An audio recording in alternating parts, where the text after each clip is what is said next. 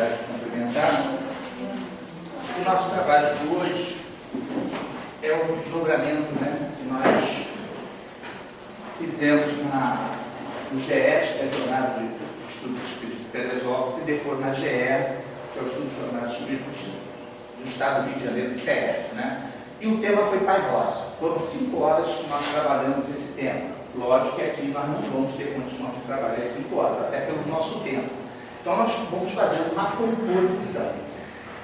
A ideia de abrir com esse quadro, essa é uma pintura de Aquilani. Eu realmente não tenho a mínima sensibilidade para pintura. Não tenho.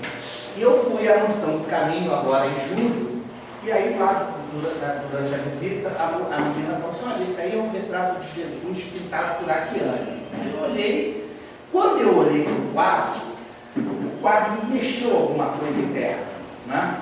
Mas eu tirei a foto, e algum tempo atrás, 10, 20 dias, 30 dias, um mês, eu recebi um e-mail, eu acho até que eu passei esse e-mail para o Luciano e para a Cissa, falando sobre a Aquilani.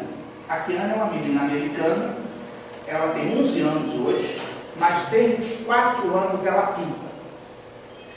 E o que é interessante na pintura dela é que você olha e parece um retrato. Ela é uma médium. E ela pinta as coisas do universo, as figuras das pessoas e os olhos chamam a atenção. E nesse dia, segundo ela, já inclusive teve uma reportagem da TV Record, ela falou que queria pintar Jesus.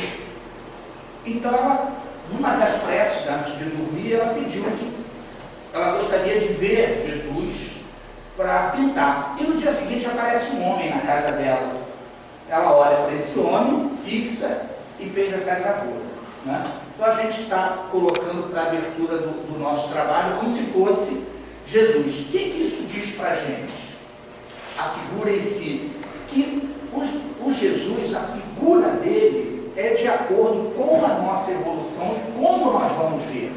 Isso não significa que quando todos nós tivermos a possibilidade de vê-lo, vai ser assim. Tá? Então é isso que a gente tem que colocar, porque tudo está em função da nossa evolução. Então, o Pai Nosso. Temos 2 passagens evangélicas. Eu vou jogar as duas.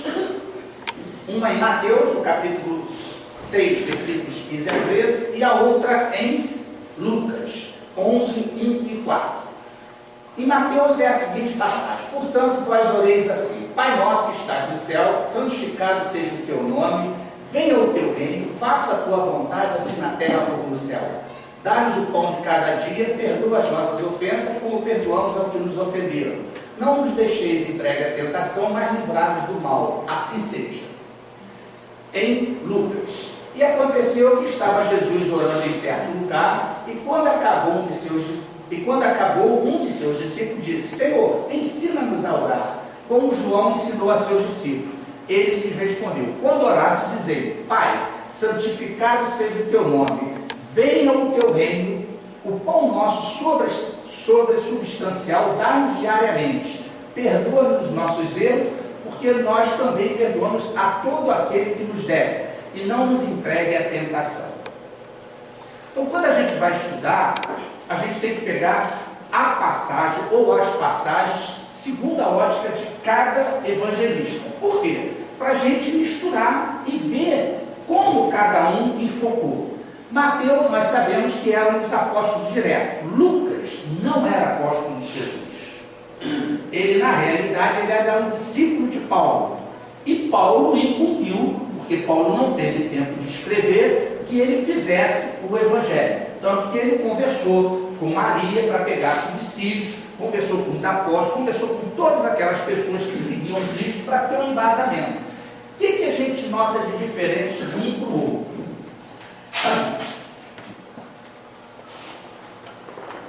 Temos alguma coisa significativa? O pão nosso sobresubstancial. Sim. O que mais? Olha o começo. Pai, santificado seja o teu nome. Em Lucas. Né? Pai nosso que estás no céu, santificado seja o teu nome. Né? É o nosso, teu Pai. Veio o reino. O pão nosso, substancial, né? Dai-nos diariamente. Pão de cada dia, perdoa as nossas ofensas, como nós perdoamos a quem nos ofenderam. Porque nós também perdoamos todo aquele que não nos desse entregue em tratação, mas livrai-nos do mal. Então existem 3 citações em Mateus que não aparecem em Lucas. De Lucas é mais curto, 1 a 4, Mateus de 5 a 8. Né? Então, por que isso? Mas Mateus nos traz uma informação importantíssima. Isso aqui, ó. Senhor, ensina-nos a orar como João ensinou a seus discípulos. Aí quando a gente fala assim, por que Lucas registrou isso? Senhor, ensina-nos a orar. Aí a gente vai começar a pesquisa, vai começar a aprofundar. E aí vem o seguinte, hábito dos hebreus, a oração. Os hebreus oravam todos os dias e várias vezes durante o dia. Ora, já era um hábito deles a oração. De manhã e à noite, obrigatoriamente. Era que eles chamavam a oração do Shema.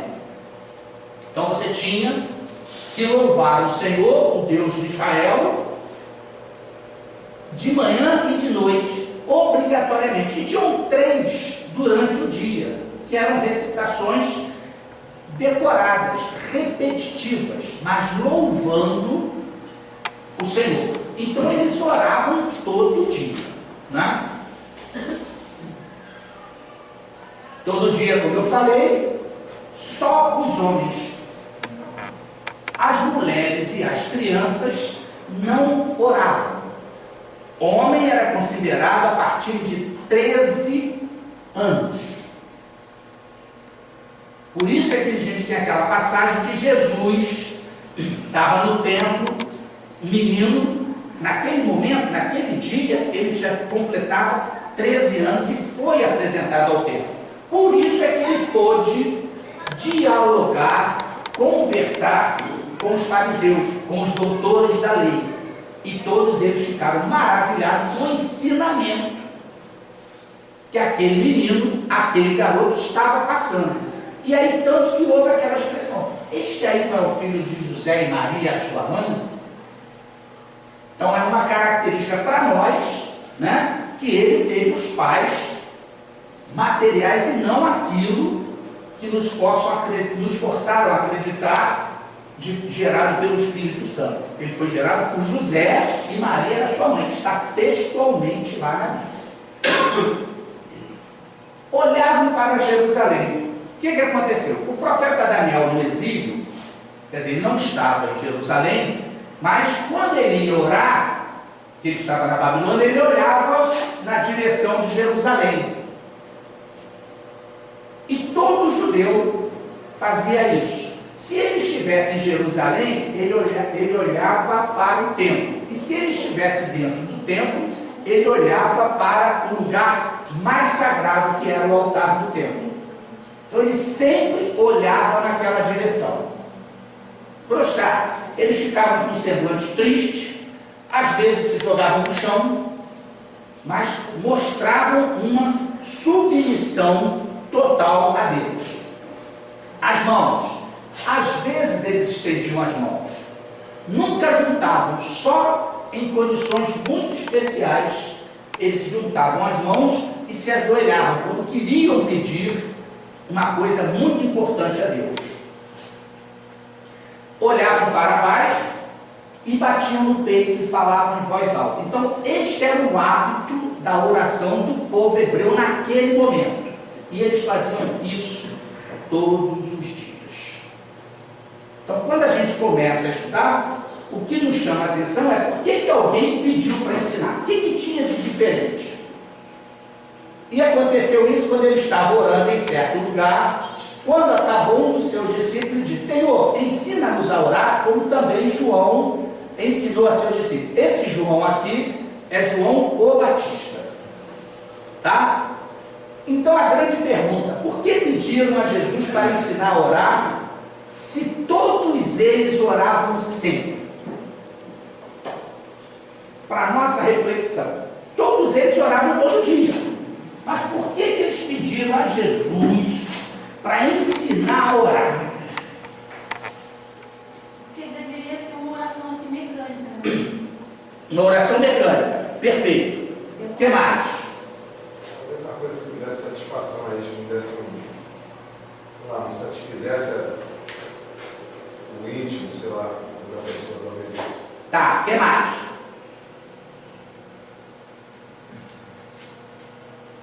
Não tinha fé na oração deles. Hã? Não tinha fé na oração deles. Eles não tinham fé na oração deles. Tá. Vamos fazer um raciocínio. Quando a gente às vezes lê um livro espírita, um espírito de certa evolução, ora, qual é a resposta, aspas, do céu? Cai flores, cai flocos, cai luz.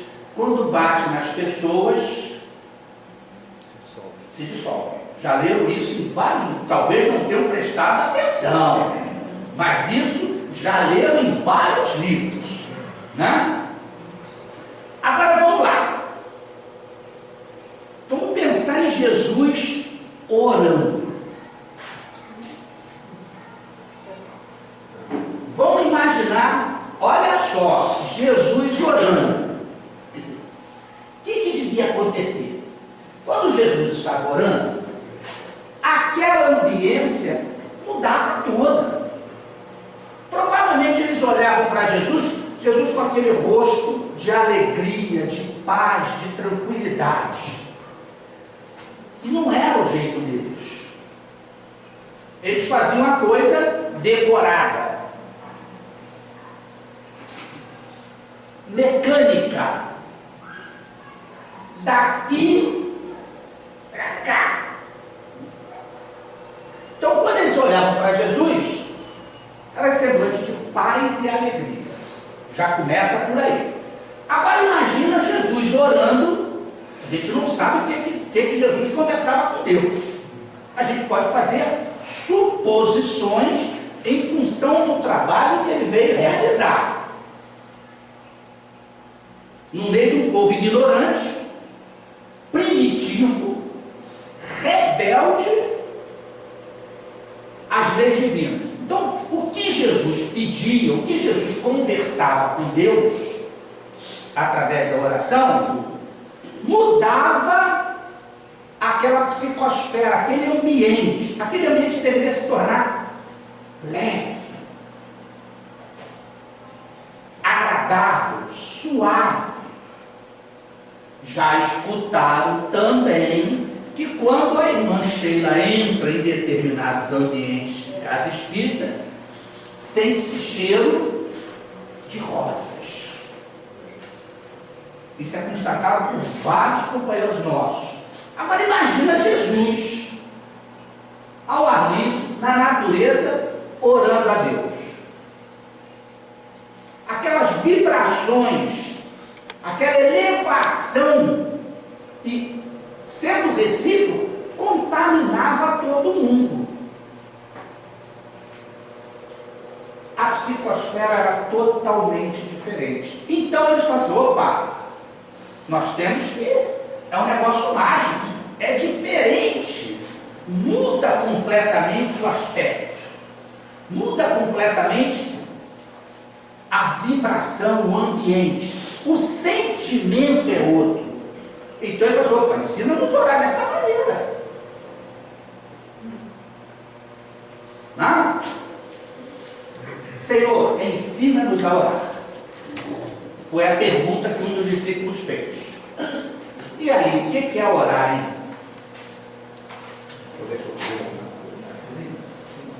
O que é orar? Não estabelecer uma comunhão com Deus, uma conversa. Comunhão com Deus. Sintonia com o plano superior. Sintonia com o plano superior. A lei de Deus está onde? A consciência de Na consciência. Então a minha oração tem que haver com a minha consciência. Né? Olha só. É uma atitude permanente na nossa consciência. Porque se a lei divina está aqui, é aquilo que eu tenho de melhor para a minha evolução. Só através dessa lei é que eu vou crescer, progredir. Ela está na minha consciência. Então a minha oração tem que ser uma coisa de consciência. Isso não significa que eu tenha que estar o tempo todo Deus isso, Deus aquilo, Deus aquilo, Deus aquilo, não é? Mas eu tenho que ter ela aqui dentro para um momento certo, que deve ser todo dia, eu ter o meu contato com a espiritualidade. Que eu possa fazer esta ligação. É o mesmo que rezar?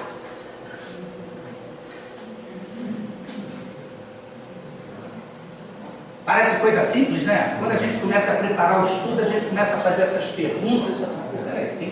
Como é que é isso? Nós oramos ou rezamos? Temos que ter esse cuidado. Olha só o que é rezar. Rezar consiste em recitar fórmulas intermináveis e repetitivas.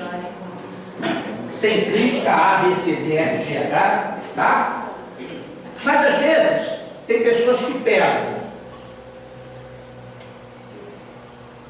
o texto, realmente não é inteiro, já começa a reza texto, né? Vai lá, vai nós, como é que aquela pessoa está vestida? Resolve. Não está rezando, mas ela está falando as formas intermináveis, está repetindo. Tem a sua vantagem? Tem. Porque teoricamente, naquele momento, ela está pensando na espiritualidade. Então ela está recebendo alguma coisa em troca. Mas não é essa a forma que Deus quer da nossa ligação com Ele. Ok? Senhor, ensina-nos a orar. Orar é pedir algo a Deus? Nem sempre. Pelo menos a gente está sabendo que faz parte. Mas existe aquele grupo que só lembra, né? Só lembra de pedir quando o sapato aperta os calos. Aí ele acha que Deus é um servo à sua disposição, que está lá num lugar qualquer para atendê-lo nas suas necessidades imediatas. E não é isso. Né? Agora, aquelas pessoas que já têm uma evolução espiritual, essa ligação é praticamente o tempo todo. É como se fosse a respiração para o corpo, a oração para ele. Ele sente a necessidade. Não é que ele fique o tempo todo orando, mas ele, pela consciência, ele está em uma oração permanente. Até aí, tranquilo? Orar também se aprende? Isso é legal na casa espírita. Com certeza. Se aprende? Se aprende. Autoreflexão. Se aprende. Né? Às vezes a gente está num trabalho na casa espírita, alguém pede para fazer oração, por pessoa às vezes fala, vamos pedir alguém para fazer, todo mundo já olha logo assim para baixo, né? Para ninguém quer olhar para falar, é você então que faz. Então orar também se aprende. Olha que coisa interessante. Alguns dizem, não sei orar, tenho vergonha, sou tímido. Orar vem, a origem é de um verbo latino que significa abrir a boca. Abrir a boca. Vem de origem, que significa abrir a boca. Então, quando eu abro a boca para Deus, eu estou solicitando alguma coisa. Eu estou com fome de alguma coisa. Eu necessito de alguma coisa. E aí, é através desse pedido, desta conversa, que nós chamamos de oração, que ele nos atende. Vai. Eu me lembro, no primeiro dia que eu vim à casa espírita, primeira vez, uma senhora chamada Jane pediu para eu fazer a prece. Eu não fiz, porque eu não consegui. Não conseguiu? Timidez. Olha lá. Simplesmente falei assim, eu não sei fazer. Ainda bem que você voltou, tem gente que não volta. Não, mas eu não saio mais daqui. Então, você não saiu, mas tem gente que quando acontece isso, não volta mais. E a dona Jane, quando não pediu ela mandava, que era o pior. Quando ela mandava a gente fazer, botava, franqueava a palavra, ninguém se manifestava, fulano, eu no laço, não tinha jeito. Aí na segunda semana, aí eu já fiz a prece. Eu já me preparei. Isso aí. Mas faz parte. Nós não sabemos ainda, né? Com algumas exceções, orar. Eu sempre falo o seguinte, é comum nas casas espíritas a gente começar a oração agradecendo. As pessoas já agradeço a Deus, agradeço ao Jesus, né? Então, quer dizer, já é uma forma que, se a gente for parar, já está sendo uma adaptação que nós escutamos. Na realidade, né, nós temos que pedir a proteção do trabalho que vai se iniciar. Prestem atenção nos livros que a gente lê, quando alguém vai orar, vai fazer um trabalho, é sempre nessa direção. No finalzinho, temos a certeza que vai acontecer tudo direitinho, agradecemos a atenção, o apoio, qualquer coisa do tipo. Então vamos lá agora. Como orar? Outra coisa bem interessante.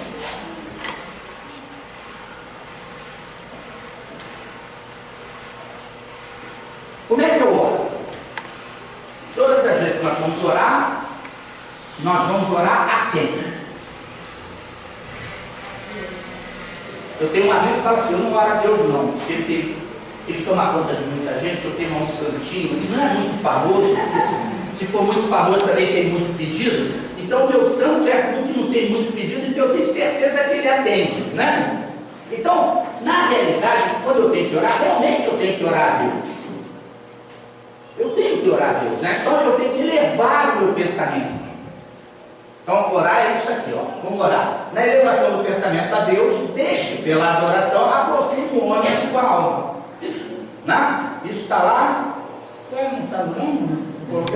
A prece sempre é agradável a Deus quando ditada pelo coração, pois para Ele a intenção é tudo. Então, as palavras recitadas, as palavras decoradas, têm um valor, mas quando ela vem de dentro, Carregada de emoção, de sentimento. Carregada de alguma coisa nobre, de virtudes, seja elas mais simples, ela é muito mais agradável a Deus. Todo mundo conhece aquela história do preto velho, que ia trabalhar, quando ele falava, a oração dele, Senhor, já o preto velho chegou. Era a oração dele.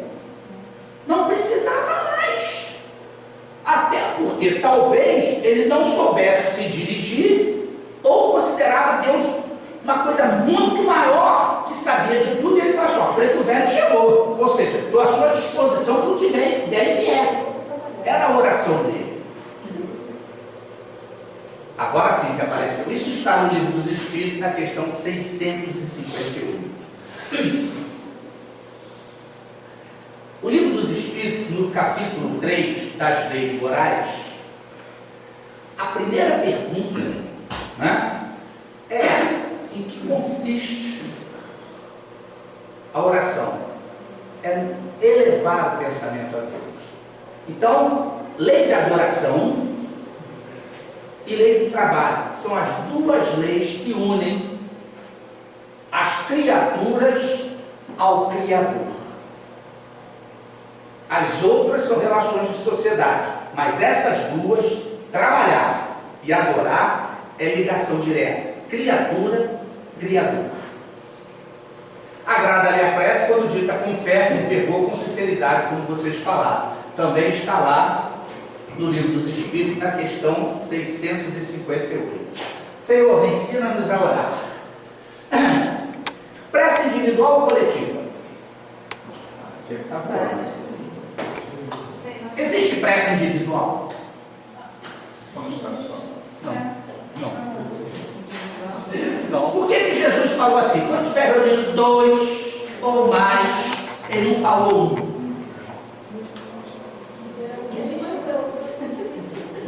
No mínimo, está o plano espiritual lá do camarada, ajudando ele. Isso aí.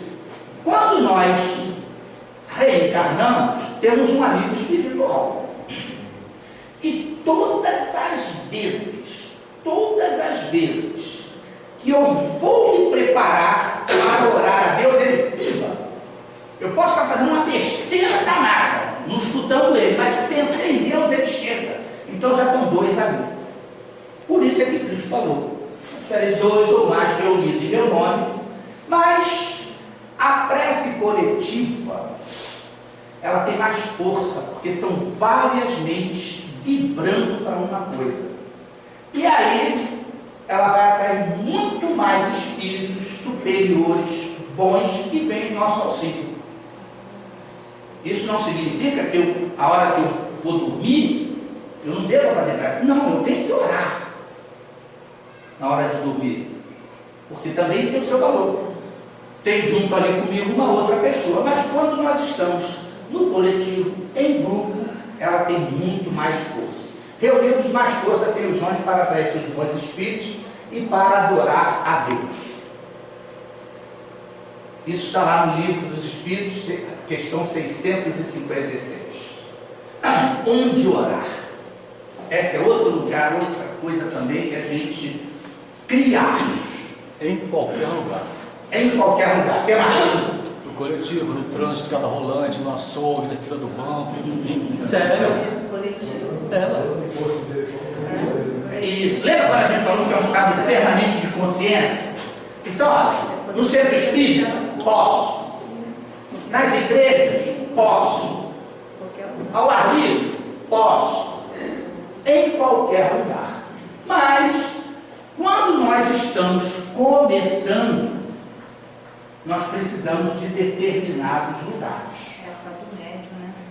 Até começarmos a ter consciência que nós somos o lugar, que nós somos o altar, vai uma diferença, né? Então, o principiante necessita de certos lugares, de certas horas para orar, ao passo que o homem de experiência superior vive em oração permanente. Quando a gente fala em homem de experiência superior, é aquele que já tem a certeza da espiritualidade. Ou seja, que nós vamos morrer, perder esse corpo, vamos para um lugar e a coisa continua. Então é isso que a gente diz, homem de experiência superior, que já entende, já pensa na espiritualidade. Senhor, ensina-nos a orar. Continua. Por que orar?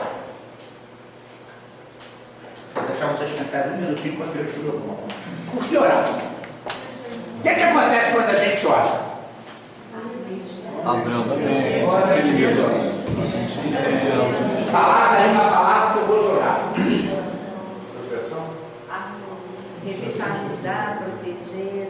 Todas as vezes que eu oro, eu fico melhor. Por quê? Revitalizar, Energia. O que mais? Eu estou descobrindo a minha essência divina que está aqui dentro. Deixa eu ver se eu lembro nada do Eu não lembro. Mas a história era o seguinte: tinha um amigo espiritual, um anjo da guarda. Campo, né? É que você também né? Campo vibratório, você está sempre. O nosso campo, né? Você tá sempre... Isso. Então tinha um anjo da guarda tomando conta de um camarada. Mas esse cara estava sendo obsidiado o tempo todo. E todas as vezes que os obsessores, os inimigos dele, eram atraídos para ele, o anjo da guarda dele ficava lá pedindo, rezando, pedindo para que alguém viesse ajudá-lo. Aí uma das vezes, quando estava numa situação muito difícil, que o protegido, né, não estava querendo aceitar os conselhos do anjo da guarda, mas a situação ia para uma situação crítica, o anjo da guarda apareceu e os obsessores falaram: vem lá o Pirilampo. O Pirilampo é o vagalume. Aí é que ele foi se conscientizar que todas as vezes que ele se concentrava para pedir auxílio, ele botava a luz dele para fora. Mas como não era insistente, ela apagava e acendia, né? Então os obsessores chamavam ele de Pirilampo. Então o homem fica melhorando porque a nossa essência divina começa a transbordar. a aura expande. A aura expande, perfeito, tá? E a gente começa a ver uma coisa radiosa. Você começa a se sentir mais leve. A outra coisa, nós vamos vibrar em faixas mais elevadas, porque todas as vezes que eu oro, todas as vezes que eu começo, elevar o meu pensamento ao Criador, eu estou elevando a minha vibração. E todas as vezes que eu vou vibrar em outras faixas, em faixas superiores, eu vou receber alguma coisa em troca. Talvez eu nem sinta, mas eu vou receber sempre, sempre. Seja a situação mais difícil, vem uma calma, vem algumas ideias de como agir. Então é isso aí que acontece. Aquele que ora com fervor e confiança se faz mais forte contra as tentações do mal, e Deus lhe envia bons espíritos para assisti-lo. Porque nós não podemos esquecer que no mundo que nós estamos, ainda o tempo todo estamos envoltos no mal, no erro, no equívoco. E a gente gosta também. Então é importante isso. Orar para viver, para ter isso aqui, contra as tentações. A outra coisa, o essencial não é orar muito, mas orar bem. Não são pelas palavras, como Cristo já falou, que nós vamos ser aceitos. Como os gentios também, né, que nós achamos que os gentios não oravam, eles oravam, mas coisa decorada e repetitiva. O importante é você botar um sentimento no seu pedido, na sua oração, na sua conversa com Deus. Senhor, ensina-nos a orar ainda a respeito dessa reflexão. O que pedir? João está perguntando. Podemos pedir tudo a Deus? Mas a gente não pede tudo ao Pai? Da gente? O Pai da gente aqui material? A gente pede ou não pede? Por que eu não posso pedir seria muito maior? Podemos pedir ou não podemos? Será que eu mereço? Será que eu mereço? Será que vai fazer útil? Não sabe se vai conseguir, mas isso já é um crescimento. Quando a gente já vai pedir sabendo que não vai conseguir, já é um crescimento. Nós já ficamos o quê? Aceitando os revés. Já é um crescimento, né? Olha lá, então vou botar uma outra pergunta. Podemos pedir para perdoar as nossas faltas? Olha, pai, fiz uma lambança danada, me perdoa. Ele vai perdoar? Sempre. Ele vai perdoar se realmente o meu arrependimento, o meu pedido estiver baseado numa sinceridade. Tá? Mas apesar desse arrependimento, isso tem implicações. Porque ele não vai passar uma borracha em cima. A minha intenção foi reconhecer o erro e querer modificar o procedimento. A prece não esconde as nossas faltas. Aquele que a Deus pede perdão dos suas faltas, só me tem mudando de proceder. Se eu começo a fazer besteira aqui, peço, continua fazendo, essa oração não tem valor, porque o meu proceder, a minha maneira de ser, não está de acordo com as leis divinas. Tá? Pedir, eu posso pedir tudo. Orar quando?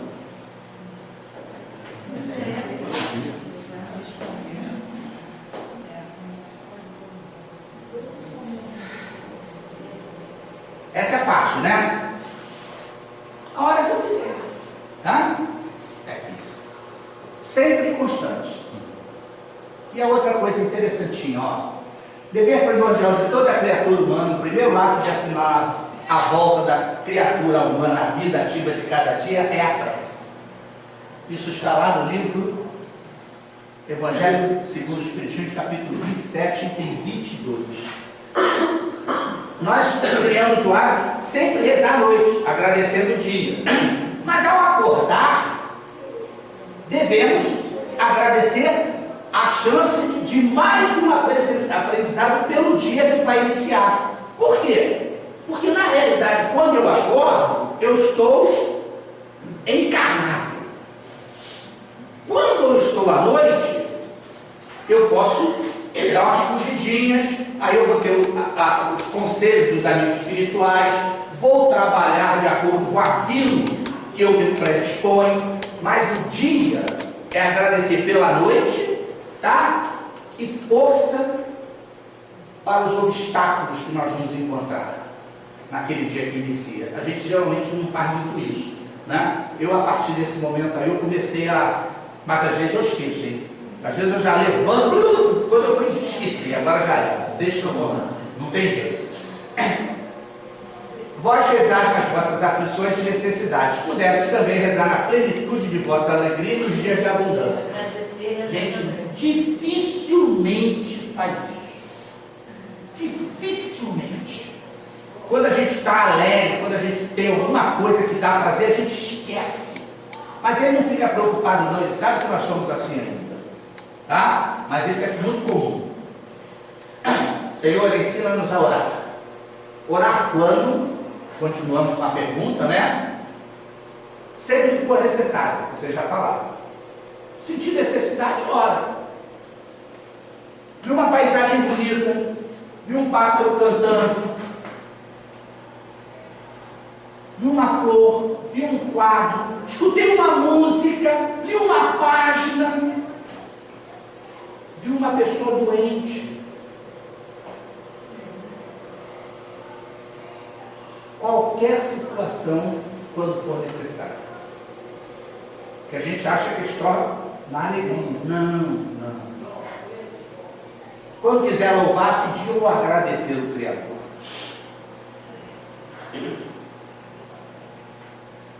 Por quem orar? Por que isso é importante? Porque antigamente nós não podíamos orar por uma pessoa que cometesse suicídio. Eram marginalizados. E a doutrina espírita vem mostrar para a gente que nós temos que orar para tudo e para todos. Então eu pensei alguns. Por quem esteja em aflição. Você às vezes vê uma pessoa que é aflição, aquela pessoa não consegue parar para raciocinar. Se você prestar atenção, mentalizar, vem o socorro para ela. Então, quando tiver alguém em aflição, vamos pedir, vamos orar por ela, por um benefício concedido a outro. Por que isso é importante? Porque vai combater o nosso egoísmo. Dificilmente a gente fica feliz com o sucesso dos outros. Faz parte do nosso estado. Mas se a gente começar a orar pelo sucesso, a gente já vai começar a cortar o nosso egoísmo. Pelos adversários do caminho, temos todos eles, todos nós temos esses adversários. Pelos adversários do espiritismo,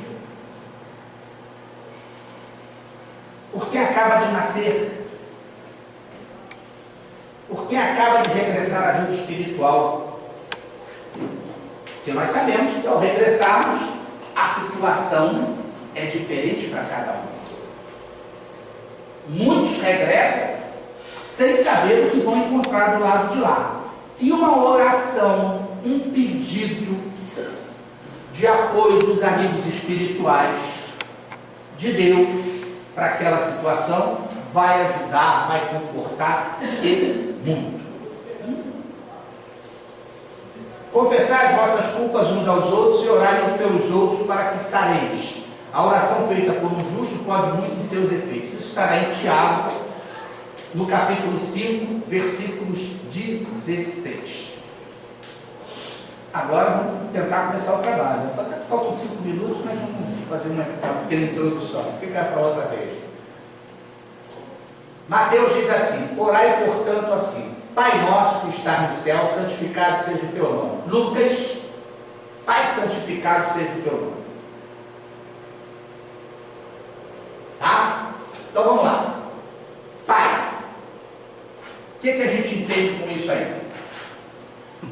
Provedor da vida, né? O provedor da vida. O provedor da vida. Naquela época, não se podia pronunciar o nome de Deus. O povo hebreu não pronunciava o nome de Deus. Tá? Eram 4 letrinhos, tetragrama, para chamar, que eram impronunciáveis. Hoje se fala em Jeová, Javé. Mas quando você pega aquelas 4 letrinhas, não tem nada ali. Então, como é que Jesus vinha falar do Criador sem mencionar o nome. Então ele, Pai Nosso. Quando Jesus fala Pai Nosso, ele se coloca na mesma condição de todo mundo. Ou seja, foi criado simples e ignorante. Se ele chegou nesse patamar de responsabilidade, méritos dele. Jesus falava, meu Pai, Pai Nosso e vosso Pai. 3 maneiras que Jesus se referiu ao Criador. Então, o Pai Nosso seria nesse contexto aqui, primeiro. Não se podia pronunciar o nome de Deus entre os judeus. Então, Pai. Pai podia. Por quê? Naquela sociedade era paternalista. O pai era responsável por tudo. Por prover a sociedade, por prover a família, e tudo girava em função do pai. Então, Jesus, sabiamente, olha só, Deus é pai. Se o pai da terra, entre essa sociedade que nós vivemos, é respeitado, é adorado, o pai do céu é muito mais. Então ele já introduziu esse novo conceito para nós. É aquele que ama, porque todo pai ama seus filhos. Não vamos entrar aqui nas disjunções kármicas, né? Mas é aquele que ama. Jesus nos trouxe um Deus de amor. Ele mudou completamente o conceito até então, porque o Deus era guerreiro, vingativo, malvado, meu. Porque o meu Deus, se eu vencesse a guerra, eu tinha direito de fazer os outros escravos, os outros não eram filhos. Então Deus mudou Jesus mudou essa concepção de Deus. Nós, de todos, por pior que seja. Então Jesus falou o seguinte, o escravo, o bandido dessa sociedade, o marginalizado dessa sociedade, o doente dessa sociedade, é filho também de Deus. Um conceito muito novo que ele nos trouxe. Pai de todos, por piores que sejam seus filhos, mas são filhos de Deus. Temos que ter uma nova compreensão da divindade. Nós, espíritas, temos que começar a olhar para o Criador, para Deus, de uma forma diferente, apesar de nós só termos intuição. Mas em função do nosso estudo, do nosso desenvolvimento, nós vamos ter uma ideia diferente do Criador. Tá? Não só eu, mas de todos nós. Vamos fechar aqui, por causa do nosso horário. Começa-se o Pai Nosso falando em Deus. Devemos começar a iniciar nosso dia, nossa vida em Deus. Isso foi Emmanuel que nos deu essa informação. Antigamente, né, quando a gente dizia, não é meu tempo, não, parece que era o tempo da Cícera. Quando você ia no filme, aí de repente o mocinho caía no trem, aquele negócio cortado na próxima semana, né? Vamos deixar para o próximo mês esse quadro aqui parando, ok? Uma colocação? Vai. 2 perguntas. A primeira, essa adoração que você colocou no início do trabalho, ela é passiva, Não entendi. complacente, essa adoração, além da adoração. Sim. Ela tem que ser passiva, de braços cruzados, sem nenhuma, nada dinâmico, nada que faça com que o homem chegue até Deus? Não. Veja só, aí a gente tem que começar a fazer algumas ligações, né? A palavra atualmente da moda é link, né? Vai fazer então vamos fazer umas pontes nisso aí. Qual é a primeira questão do livro dos Espíritos? Que é Deus. Inteligência suprema, ponto. Causa primária de todas as coisas. Mas só interessa para a gente inteligência suprema. Se eu sou filho dele, eu também sou inteligente. Então a minha adoração tem que ser uma adoração de inteligência, não bajuladora, não de medo de ser castigado. Eu não posso ter mais esse conceito de Deus. Eu tenho que adorá-lo sabendo que ele é a fonte de tudo, que ele é a inteligência de tudo, que ele é capaz de nos fornecer tudo. Desde o ar, da água, até a nossa vivência no mundo espiritual. Até porque ele nos diz que nós vamos ser perfeitos. Então eu tenho que usar isso para chegar lá. Quando eu falo inteligência, eu não falo inteligência acadêmica. Eu falo inteligência espiritual. É aquela que eu vou tendo nas minhas vivências. Aquilo que eu vou armazenando no meu ser, que ninguém vai roubar. Quando Jesus diz, você tem que juntar o que o ladrão não te rouba e nem que a traça come, é isso. É esse conhecimento espiritual, é essa vivência. Então, na hora que eu fizer a adoração a Deus, eu tenho que saber que Ele é a inteligência maior, Ele é que vai me prover tudo, e se por acaso eu estou numa situação difícil, eu sou o grande causador dessa situação, não Ele. Então, eu tenho que ter essa adoração nesse sentido. Uma adoração racional, ativa o tempo todo. O tempo todo. Não aquele agora, se eu fizer assim, se eu me ajoelhar assim, se eu fizer desse lado. Isso não existe. Foi criado, nós trouxemos isso de várias e várias reencarnações, mas aos pouquinhos nós estamos expurgando isso. Ok? Respondeu? A segunda questão é a seguinte, com certeza alguém ou outras pessoas têm dúvida. Acontece, de vez em quando, que ao orar, sobretudo à noite, muitas das vezes, um Pai Nosso, por exemplo, não se chega nem na metade do caminho. Sim. Por quê? Porque o que acontece? Você, às vezes, isso é normal, tá? Você vai, apaga os pensamentos do seu adulto, porque naquele momento, você chegou no teu limite, vamos dizer assim, de felicidade. Então, a tua mente aliviou e você dorme. Não necessariamente que tenha chegado ao fim, que a tua prece não foi ouvida. Aquele pedacinho que você fez, você já recebeu em troca. Porque se você vai na hora de dormir e pretende ter um sono bom, se você começou, Pai Nosso, dormiu? Foi aceitação. Tá? Você não precisava chegar lá no amém. Aquilo já te atendeu naquele momento. Deus dá de acordo. Deus dá de acordo. Você perguntou nessa não. Nem está sendo. Você está sendo. Ou seja, Você chega assim, sabe por quê? Porque você vai ser cíclico, vai repete, não consegue, vai até o final, não consegue, passa horas nós fomos educados no passado e a gente traz isso.